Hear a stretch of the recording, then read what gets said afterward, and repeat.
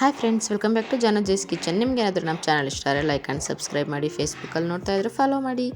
ಬನ್ನಿ friends, ನಾವಿವತ್ತೊಂದು snacks ಮಾಡೋಣ, ವಡೆ ಮಾಡೋಣ. ಉದ್ದಿನಬೇಳೆ ಇಲ್ಲದೇ ಈ ವಡೆನ ಮಾಡೋಣ. ಹೇಗೆ ಮಾಡೋದು ಅಂತ ನೋಡೋಣ. ಮೊದಲಿಗೆ 1 ಕಪ್ ಕಡಲೆಪುರಿ ತೊಗೊಳ್ಳಿ. ಅದಕ್ಕೆ ನೀರು ಹಾಕ್ಬಿಟ್ಟು 2ರಿಂದ 3 ಸಲ ಚೆನ್ನಾಗಿ ತೊಳ್ಕೊಳ್ಳಿ. ತೊಳೆದಾದ್ಮೇಲೆ ಮಿಕ್ಸಿ ಜಾರ್ಗೆ ಹಾಕ್ಕೊಳ್ಳಿ.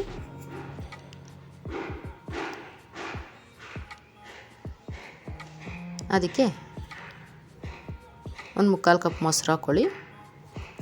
ಹಾಕ್ಬಿಟ್ಟು ನುಣ್ಣಗೆ ಪೇಸ್ಟ್ ಮಾಡ್ಕೊಳ್ಳಿ. ಸ್ಮೂತ್ ಪೇಸ್ಟ್ ಆಗಿರಬೇಕು. ಇನ್ಸ್ಟೆಂಟಾಗಿ ಮಾಡ್ಕೊಬೋದು ಫ್ರೆಂಡ್ಸ್ ಈ ವಡೆನ. ಯಾವುದೇ ಉದ್ದಿನಬೇಳೆ ನೆನೆಸೋ ಅಗತ್ಯ ಇಲ್ಲ. ಈಗ ಇದನ್ನು ಒಂದು ಬೌಲ್ಗೆ ಟ್ರಾನ್ಸ್ಫರ್ ಮಾಡ್ಕೊಳ್ಳಿ.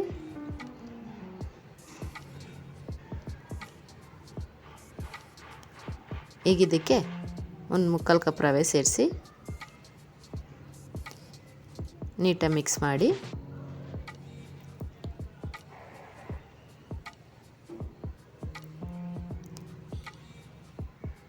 ಬೇಕಂದರೆ ಒಂದು ಸ್ವಲ್ಪ ನೀರು ಆ್ಯಡ್ ಮಾಡ್ಕೊಳ್ಳಿ. ಕನ್ಸಿಸ್ಟೆನ್ಸಿ ನೋಡಿಕೊಂಡು. ಜಾಸ್ತಿ ನೀರು ಹಾಕೋದು ಬೇಡ. ಹಿಟ್ಟು ಸ್ವಲ್ಪ ಗಟ್ಟಿಯಾಗಿ ಇರಬೇಕು. ಆಮೇಲೆ ಇದಕ್ಕೆ ರುಚಿಗೆ ತಕ್ಕಷ್ಟು ಉಪ್ಪು ಸೇರಿಸಿ ಸಣ್ಣದಾಗಿ ಕಟ್ ಮಾಡಿರೋ ಈರುಳ್ಳಿ,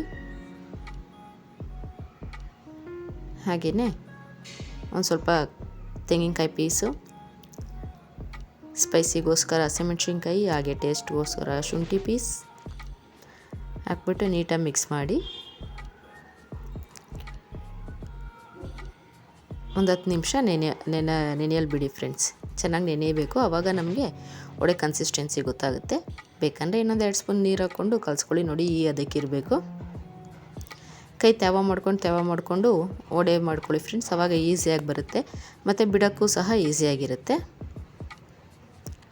ಜಾಸ್ತಿ ತೆಳ್ಳಗೆ ಮಾಡ್ಕೋಬೇಡಿ. ನೋಡಿ, ಪ್ರತಿಯೊಂದು ಸಲ ಬಿಡುವಾಗೂ ಅಷ್ಟೇ ಕೈ ತವದಲ್ಲೇ ಅದ್ಕೊಂಡು ನೀರಲ್ಲಿ ಅದ್ಕೊಂಡು ವಡೆ ಮಾಡ್ಕೊಳ್ಳಿ. ಬೇಗನೆ ಹಾಕ್ಕೋಬೋದು. ಕೈಗೂ ಅಂಟಲ್ಲ ಆವಾಗ. ಒಂದು ಸೈಡ್ ಕುಕ್ ಆದಮೇಲೆ ಫ್ಲಿಪ್ ಓವರ್ ಮಾಡಿ ಇನ್ನೊಂದು ಸೈಡನ್ನು ಕುಕ್ ಮಾಡ್ಕೊಳ್ಳಿ.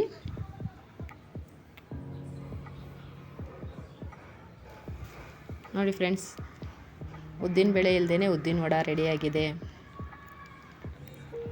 ಕಡಲೆಪುರಿ ಯೂಸ್ ಮಾಡಿ ಹೇಗೆ ಮಾಡೋದು ಅಂತ ನೋಡಿದ್ರಲ್ಲ ಫ್ರೆಂಡ್ಸ್. ಇನ್ಸ್ಟೆಂಟಾಗಿ ಮಾಡ್ಕೋಬೋದು ನಾವು ಇದನ್ನು. ವೆರಿ ಟೇಸ್ಟಿಯಾಗೂ ಕೂಡ ಇರುತ್ತೆ. ಹೊರಗಡೆ ಕ್ರಿಸ್ಪಿ, ಒಳಗಡೆ ಸಾಫ್ಟಾಗಿ.